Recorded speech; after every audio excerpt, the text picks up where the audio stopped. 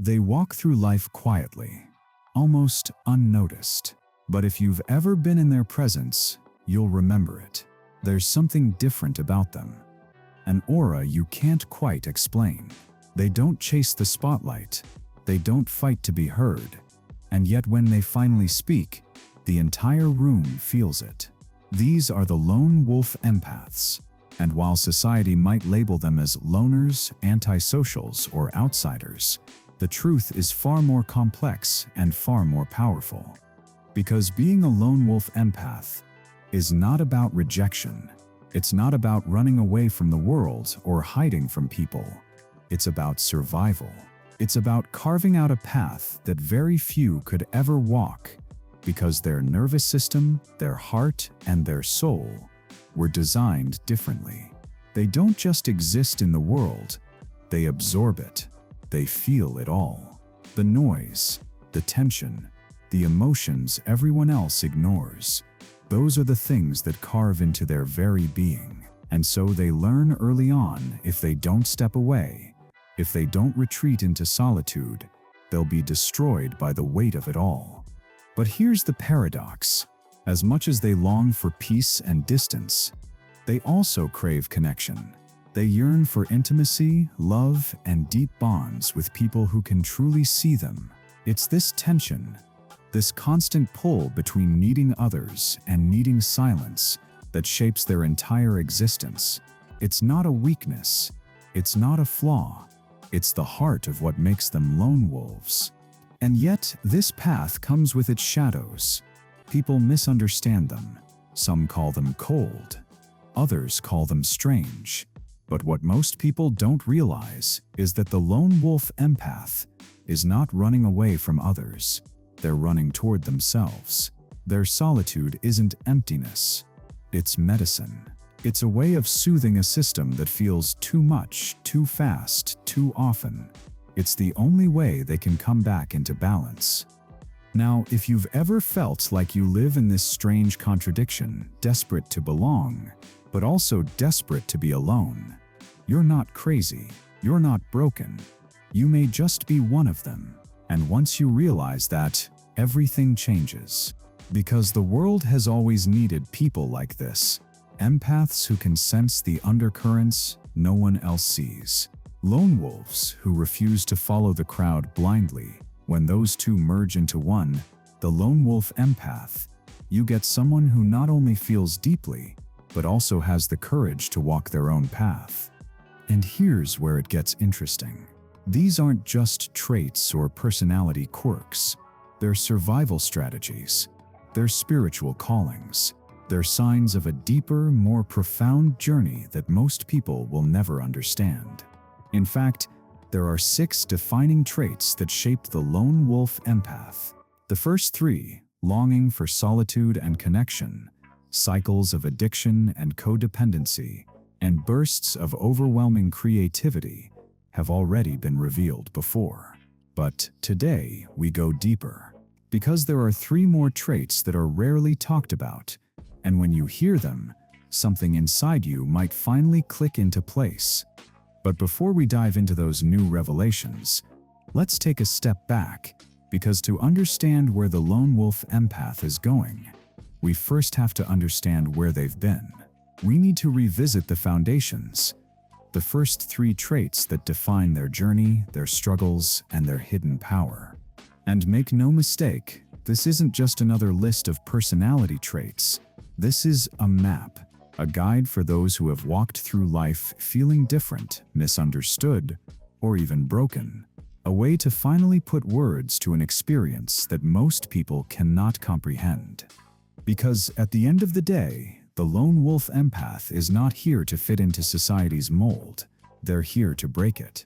To show that solitude can heal, that sensitivity can be power, and that walking alone doesn't mean you're lost. It means you're strong enough to take the road no one else dares to follow. So, if you've ever asked yourself why you feel so much, why you can't stay in the noise, why you crave connection yet recoil from it all at once, then keep listening. Because in the next few minutes, we're going to uncover the truth behind what it really means to be a lone wolf empath. And once you see it, you won't be able to unsee it. For most people, being alone feels like emptiness.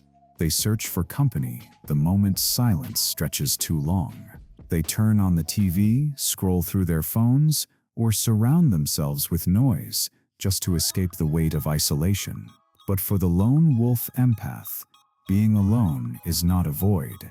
It's a sanctuary. And yet, even within that sanctuary, a shadow lingers. The shadow of longing. The ache for connection. This is the paradox that defines their existence. On one side is the undeniable yearning for deep bonds, authentic conversations, soulful intimacy, the kind of connection that feels like coming home. On the other side is the equally undeniable craving for solitude, the stillness, the quiet, the chance to breathe without being bombarded by the energy of others. It's a tug-of-war that never ends. One moment, they're desperate to be seen. The next, they're desperate to disappear. And the question they constantly wrestle with is this: can I have both? What most people don't understand is that this paradox isn't just emotional. It's physiological. Empaths are wired differently. Their nervous systems are like finely tuned instruments, picking up on the subtlest shifts in tone, body language, and energy. To live in constant proximity to others means their system is always on, scanning for danger, tension, or unspoken conflict. Over time, this relentless input wears them down. Exhaustion becomes their default state. Anxiety creeps in. And eventually, they learn that solitude isn't just a preference, it's survival. Alone, they can finally exhale. Alone, they can reset. Alone, they can step out of the storm and into a calm where their nervous system is no longer under attack. This is why telling a lone wolf empath to just get out more or stop isolating misses the point entirely. To them, solitude is not avoidance. It's medicine. It's the only thing that allows them to heal from the overload of constant stimulation. But solitude comes with its own cost. In the quiet, the ache for human closeness grows louder. They long for someone who can understand without explanation, someone who can sit in silence without demanding performance, someone who doesn't drain but replenishes. Yet the more sensitive their system, the rarer these connections become. And so they often find themselves caught in the middle, lonely in company, lonely without it. This inner conflict often leads to questions that dig deep into their sense of identity. Is something wrong with me? Why do I crave people but feel suffocated by them? Why do I long for love but recoil the moment it gets too close? These aren't surface-level questions. They're the kind of questions that echo late at night when the rest of the world sleeps and the empath is left alone with their thoughts. The truth is, nothing is wrong with them. In fact, this conflict is part of their gift. It forces them inward into a deeper relationship with themselves. It pushes them to find wholeness, not from constant external validation, but from inner alignment. Where others seek distraction in crowds, the lone wolf empath learns to find clarity in silence. And yet, this doesn't mean they are meant to live without connection. Far from it. What they're seeking is not the shallow buzz of casual socializing, but the rare resonance of soul-level connection. They're not interested in filling rooms with noise. They're interested in finding the one voice, the one presence that feels like peace. And until they find it, solitude becomes both their refuge and their test. Here lies the essence of the lone wolf paradox. Solitude heals them, but connection completes them. They need both, but rarely find them at the same time. And so, their life becomes a delicate balancing act, dancing between silence and intimacy, solitude and togetherness, self-preservation and self-discovery. But here's the twist. Most people never see. This very conflict, the tension between longing and retreat, is what fuels their growth. It's what pushes them to ask deeper questions, to search for meaning, to become the seekers, artists, and visionaries they were always meant to be. Without this tension, without this ache, they would never be driven to create, to reflect, to carve out a life that goes beyond the ordinary. And so, while the world may call them confused or contradictory, the lone wolf empath knows the truth. Their paradox is their power. Because in learning how to live with both solitude and connection, they are mastering the art of being whole in a world that constantly demands pieces of you. But that's only the beginning. Because what happens when the pull of connection goes wrong? When the desire to belong turns into cycles that trap rather than free? That's where the story of the lone wolf empath takes a darker turn. When most people think of addiction, they picture the obvious bottles, pills, or dangerous substances. But for the lone wolf empath, addiction often wears a different mask. It may not be a drink in their hand or a needle in their arm. It may be a person, a relationship, a job, even the role of rescuer that they can't stop playing. The empath's sensitivity makes them uniquely vulnerable to attachments that soothe, even if only for a moment, because they feel life so deeply.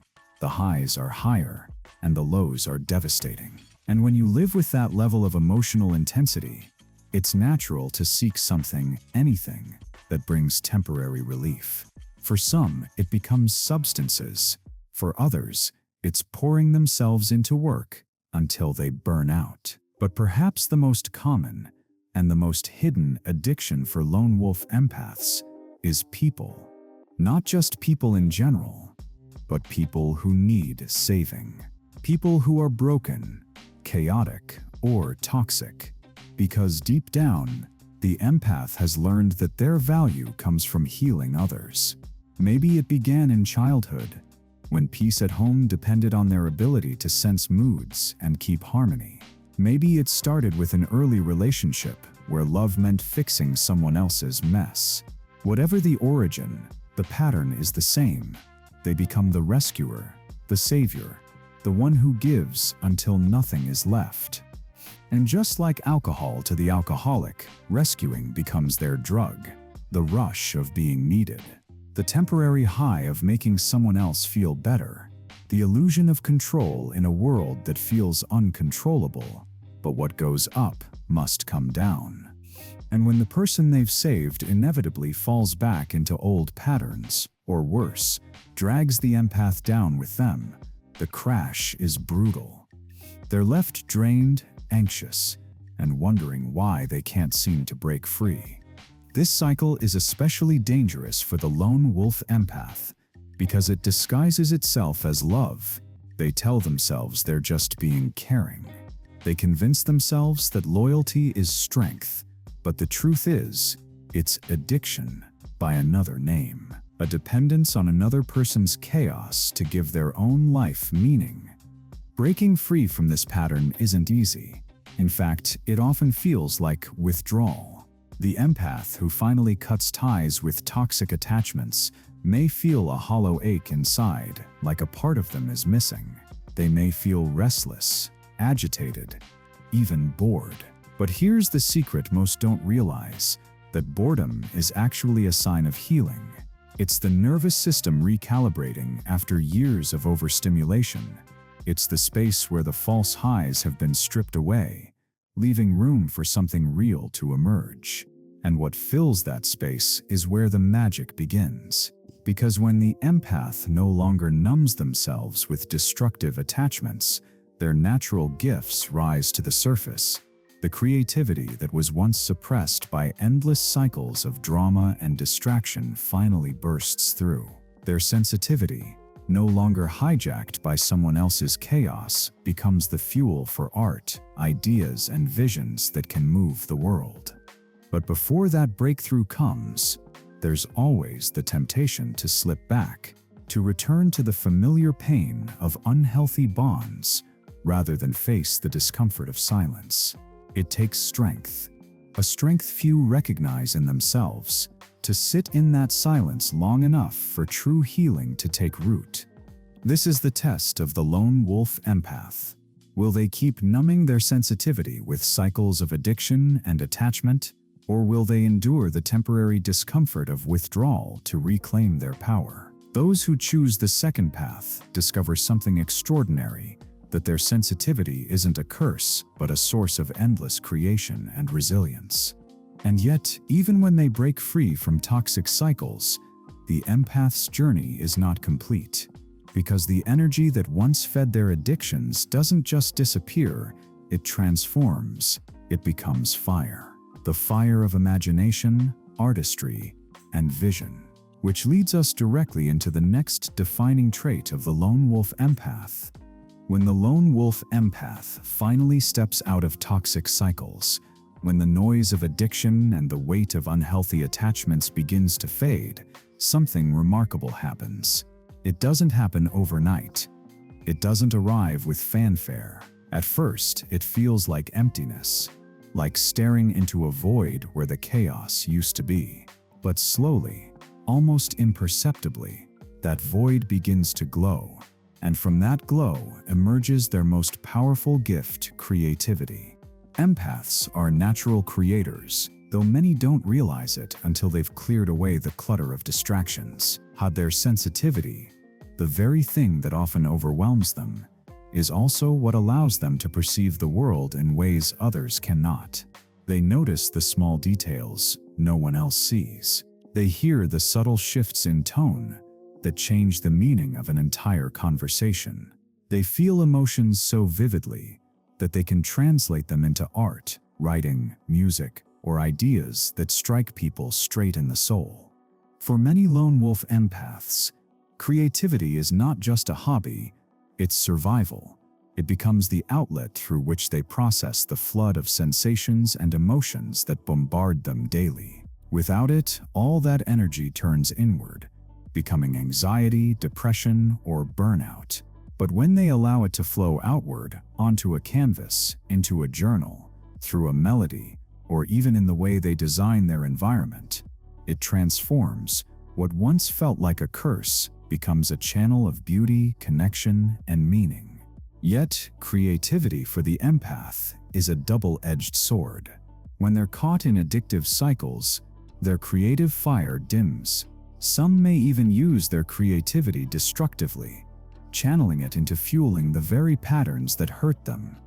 Writing endless apologies in toxic relationships, crafting elaborate excuses for others' behavior, or using their imagination to justify staying in places that drain them. But once they reclaim their solitude, once they stop pouring all their energy into others, that same creativity becomes a sacred flame. And here's what makes it so extraordinary. The creations of a lone wolf empath often carry a resonance that others can't explain. People may not know why a certain poem moves them to tears, why a painting feels alive, or why a story lingers in their mind long after they've heard it. But the reason is simple. The empath has infused it with truth, not just their truth, but the collective truth of emotions and energies they've absorbed from everyone around them. They take what is unspoken, what is hidden beneath the surface, and bring it into form. This is why so many artists, visionaries, and innovators throughout history have carried the signature of the empath. They didn't just create for the sake of beauty, they created because they had no other choice. Their inner world was too full, too overwhelming to keep locked inside. And by letting it out, they not only saved themselves, but gave the rest of the world a mirror to see its own soul. For the lone wolf empath, solitude is the soil in which this creativity flourishes. Away from the constant drain of others' energy, they can finally hear their own inner voice. They can follow the whispers of intuition that guide them toward new ideas. They can explore the depths of imagination without interruption. It is in these moments, late at night when the world is quiet, or in the stillness of an empty morning, that their most powerful work often emerges. But here's the catch. Embracing this creative fire requires courage. It means facing the boredom of withdrawal and realizing that boredom is not emptiness, but possibility. It means resisting the temptation to fall back into old addictive cycles just to fill the silence. It means trusting that the strange visions, the wild ideas, the unexplainable urges to create are not madness, but medicine. And when they finally give themselves permission to embrace this side of themselves, something shifts. They no longer see their sensitivity as a burden. They see it as a gift. They no longer see solitude as isolation. They see it as the crucible where their creativity is forged. And they no longer see their art, whatever form it takes, as optional. They see it as essential to their survival and their purpose. This is the third defining trait of the lone wolf empath, the creative fire that refuses to be extinguished. A fire that not only heals them, but also lights the way for others. Because when an empath creates, they give voice to the voiceless. They reveal what others cannot say.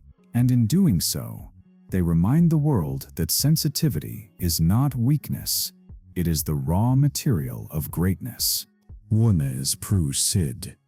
But creativity is only the surface.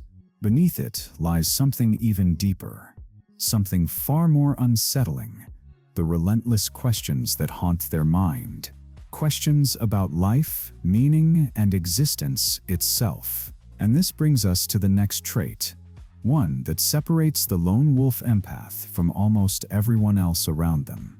For the lone wolf empath, silence is never truly silent. Even when the world grows quiet, their mind doesn't stop. It churns, questions, and dissects everything it encounters. They don't just accept the surface of life, they dig beneath it, searching for the deeper truth hidden within. And this relentless search for meaning is what sets them apart as existential thinkers. Where most people can accept small talk, routines, and surface-level living, the lone wolf empath feels suffocated by it. They want more than polite conversations about the weather or empty exchanges of pleasantries. They want to know why people act the way they do. They want to understand what drives society to keep repeating the same mistakes. They want to unravel the purpose of existence itself. From an early age, many lone wolf empaths find themselves asking questions others avoid. Why are we here? What happens when we die? Why does injustice exist if everyone claims to value fairness? These aren't idle curiosities, they're obsessions. Questions that gnaw at them late at night, that follow them through their days, that won't let go until they've explored every angle. And while this deep thinking can be a gift, it often feels like a curse. The empath who peers too deeply into life's mysteries risks falling into the abyss of existential crisis. They may feel disconnected from the world around them, unable to relate to the casual busyness of others. While everyone else seems content chasing money, status, or fleeting pleasures, the lone wolf empath stands apart, wondering if any of it truly matters. This disconnection can be both isolating and transformative. On one hand, it can leave them feeling alien, like they exist on a wavelength no one else can hear. On the other hand, it can propel them into spiritual awakenings that reshape their entire perspective. For many, this awakening doesn't arrive with calm meditation or gradual practice. It arrives like an earthquake. One day, the world they thought they knew no longer makes sense. And in that collapse, they're forced to rebuild themselves from the ground up. At the heart of this existential journey is a deep reverence for freedom and individuality. Lone wolf empaths value authenticity above all else. They cannot stand the thought of living a life dictated by others' expectations or societal scripts. They would rather walk alone in truth than be surrounded by crowds in illusion. This fierce independence often leads them down unconventional paths, choosing careers, relationships, or lifestyles that others find strange. But to them, compromise feels like betrayal. Their deep questioning also feeds a powerful sense of justice. Because when you constantly analyze the meaning of life, you become acutely aware of where life falls short of its ideals. Injustice, hypocrisy, and cruelty cut especially deep for the empath thinker. They see patterns of manipulation and corruption that others ignore. And once they see it, they cannot unsee it. This fuels their desire to challenge systems, to question authority, and to demand fairness even when it costs them personally. Yet, the lone wolf empath's existential thinking isn't all doom and despair. It's also what fuels their growth, their resilience, and their creativity. By asking questions others avoid, they uncover truths that others miss.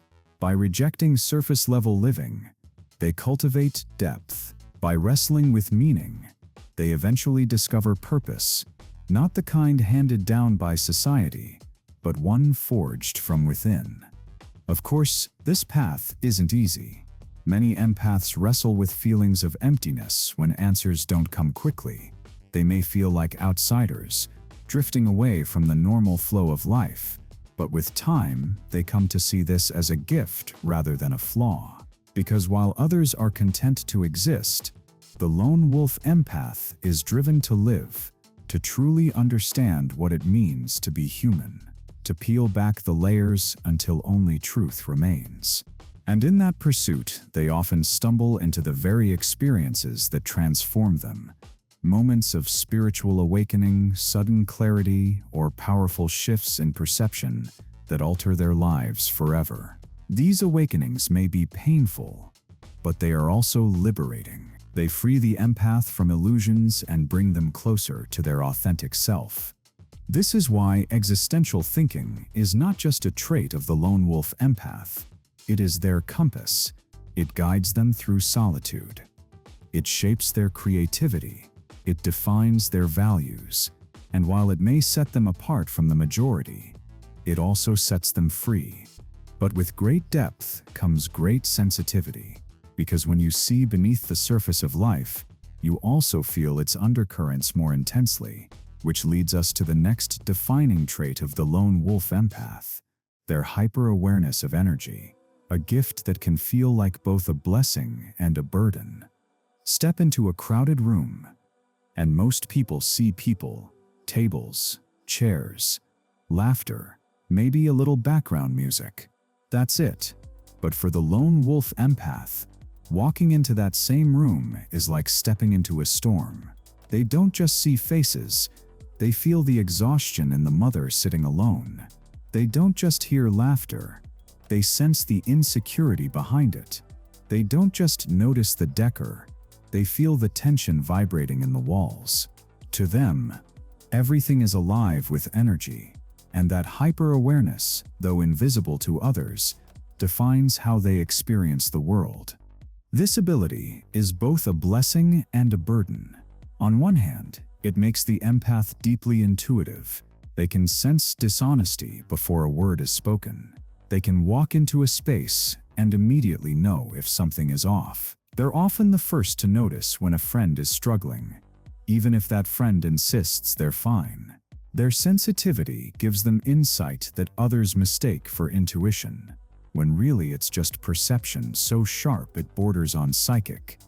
But the cost of this awareness is exhaustion. Absorbing so much energy means their body and mind rarely get a break.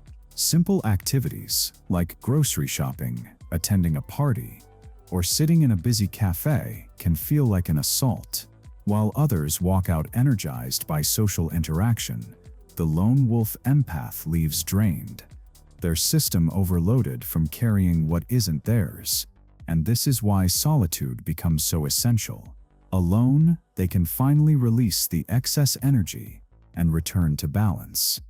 Yet, it's not just the quantity of energy they sense, it's the quality. The empath doesn't just feel emotions, they feel the texture of those emotions. Joy feels expansive. Heavy sadness feels like drowning. Hidden resentment feels sharp and cutting. It's as if every emotional vibration has a color, a weight, and a sound.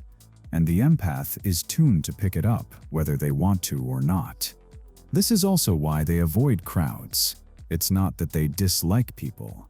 It's that too many frequencies at once overwhelm their system.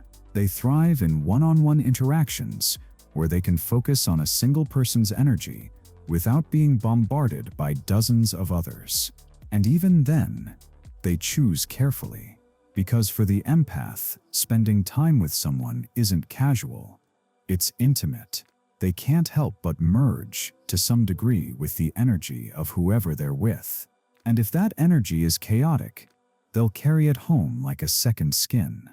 Of course, this sensitivity can also breed frustration.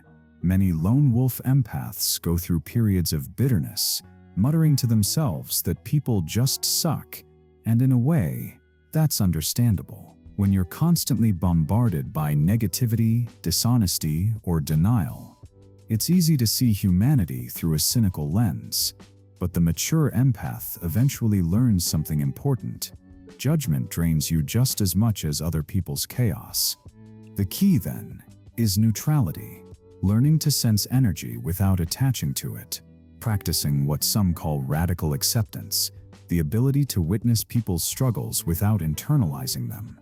To understand that when someone's energy feels off, it's not a reflection of your worth, but a reflection of their inner battles. They may be drowning in denial, stuck in patterns they can't see, or carrying wounds they haven't yet faced. And while the empath may feel tempted to rescue, sometimes the most compassionate act is simply to hold space without judgment and without absorption. This shift from judgment to neutrality is life-changing. It allows the empath to keep their gift sharp without destroying themselves in the process. It gives them the freedom to walk through the world sensing everything, but carrying nothing they don't choose to. And in that space of balance, their hyper-awareness becomes a tool rather than a trap. Still, this trait means they will always live differently than most. They will always need time to detox after social interaction. They will always feel out of sync with the surface-level flow of life, and they will always need to respect their sensitivity as a strength, not a weakness.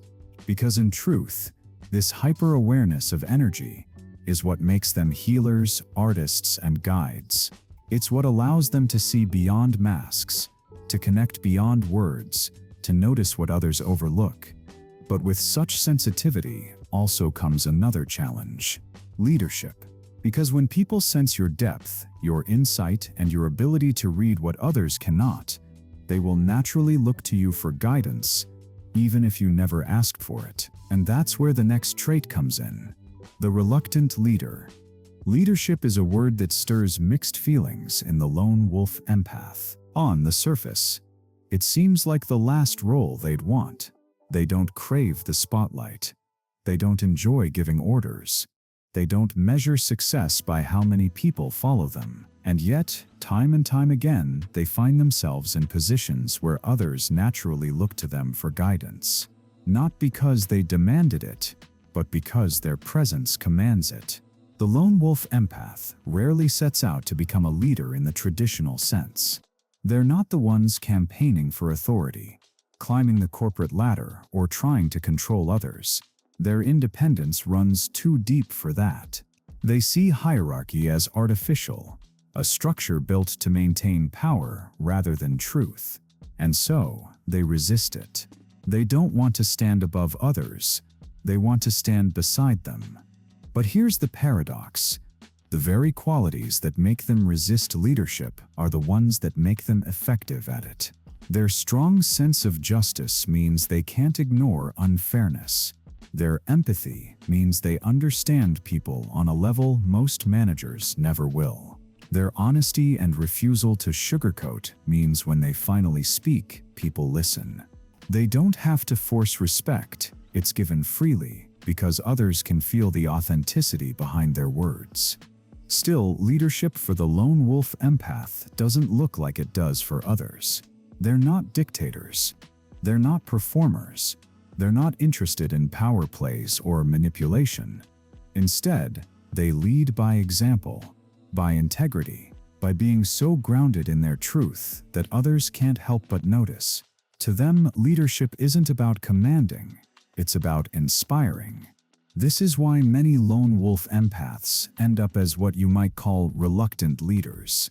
They never ask to be put in charge, but their presence makes them the anchor in the storm. When chaos erupts in a group, people turn to the empath because they sense the calm beneath the surface. When dishonesty spreads, they look to the empath because they know they'll tell the truth, even if it's uncomfortable. And when others falter, they lean on the empath's quiet resilience. But make no mistake, this role isn't easy. For someone who values solitude, the weight of leadership can feel suffocating. Being responsible for others, navigating their expectations, and absorbing their energy can drain the empath quickly. This is why many lone wolf empaths refuse traditional leadership roles. They don't want to be bosses, managers, or figureheads. The very thought of constant responsibility for others' actions feels unbearable. And yet, even when they reject titles, they can't reject influence, because true leadership isn't about a title, it's about impact. And the lone wolf empath impacts others simply by being who they are. They may be the quietest person in the room, but when they finally speak, the words cut through the noise like a blade. They may not want to lead, but others instinctively follow the path they carve because it feels more authentic than anything else available. This often places them in a strange dynamic. They resist being placed on a pedestal, but people put them there anyway.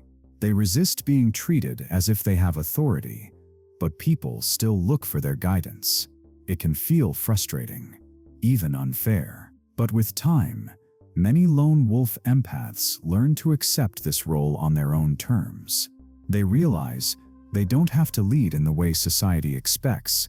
They can lead as mentors, guides, or thought leaders, instead of bosses or commanders. They can influence without controlling, inspire without demanding, and guide without overshadowing.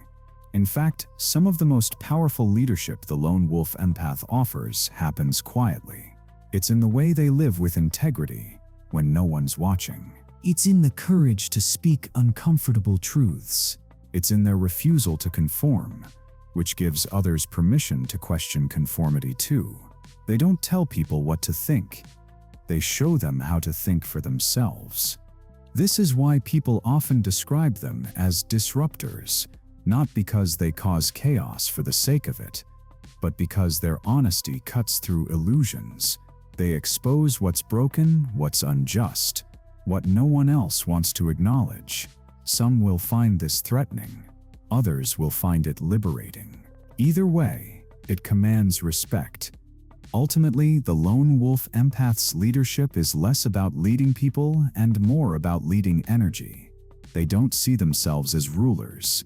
They see themselves as keepers of balance, ensuring that truth, justice, and authenticity stay alive in whatever space they inhabit.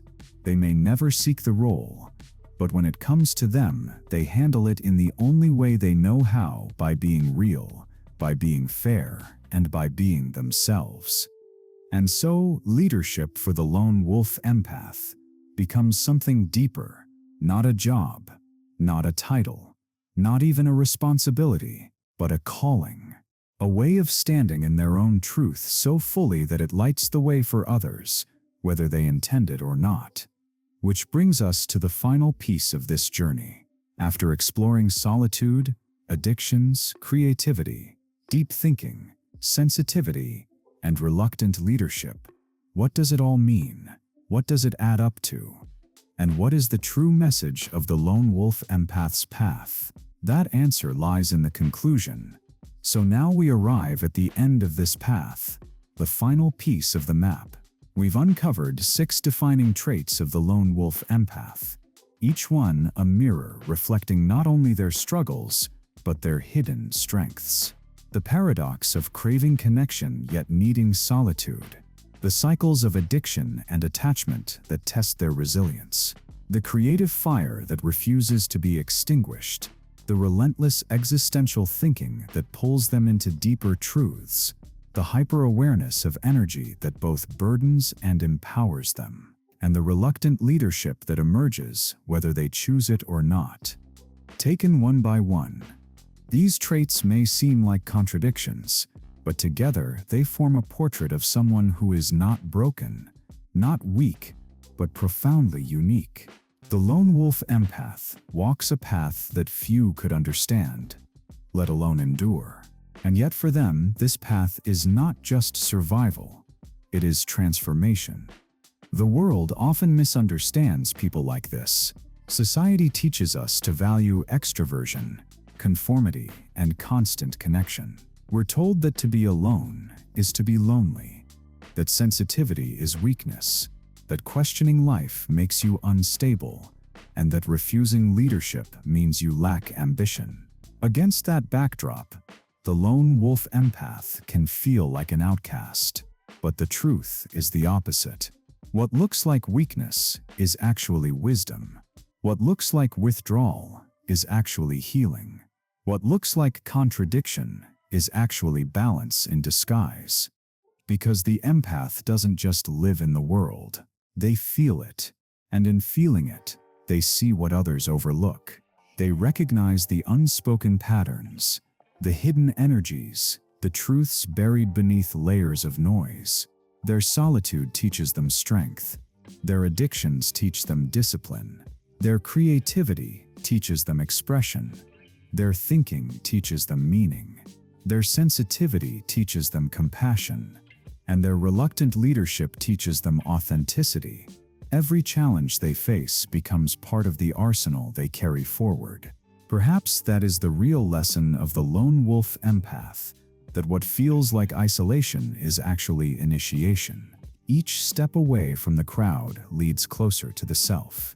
Each crisis, each withdrawal, each restless night of questioning strips away illusion and reveals something purer underneath. By the time the empath emerges, they are not just surviving, they are transformed into healers, creators, and guides for others who have lost their way. And maybe that's why the Lone Wolf Empath exists in the first place, because in a world drowning in noise, someone needs to stand in silence. In a world obsessed with shallow connections, someone needs to crave depth. In a world addicted to illusions, someone needs to demand truth. The Lone Wolf Empath may not choose this path, but the path chooses them. And by walking it, they remind the rest of us what it really means to be alive. Of course, this path is not without pain. There will always be moments of loneliness, times when the weight of sensitivity feels unbearable, nights when the questions seem endless. But within those struggles lies the very thing that makes the Lone Wolf Empath who they are. Because unlike those who run from discomfort, the empath learns to sit with it, to wrestle with it, and eventually to grow stronger because of it. So if you've seen yourself in these words, if you've felt that pull between solitude and connection, if you've wrestled with addictions, poured your soul into creativity, asked questions that others avoid, sensed energies no one else noticed, or found yourself thrust into leadership you didn't ask for, then know this: you are not broken. You are not alone. You are part of a rare lineage of people designed not to follow the crowd, but to carve a new path entirely. And maybe, just maybe, the reason you've always felt different is because you were meant to be. The Lone Wolf Empath isn't here to blend in. They're here to stand apart, to remind the world that silence has wisdom, that sensitivity has strength, and that walking alone doesn't mean being lost. It means being brave enough to take the road no one else will. So the next time you feel the pull of solitude, honor it. The next time your creativity stirs, release it. The next time your mind wrestles with questions, explore them. The next time you sense the energy of a room, trust it. And the next time people look to you for guidance, remember you don't have to lead like them. You only have to lead like you. Because in the end, being a lone wolf empath isn't a curse, It's a calling, and those who embrace it will find not only themselves, but also the strength to light the way for others still lost in the dark.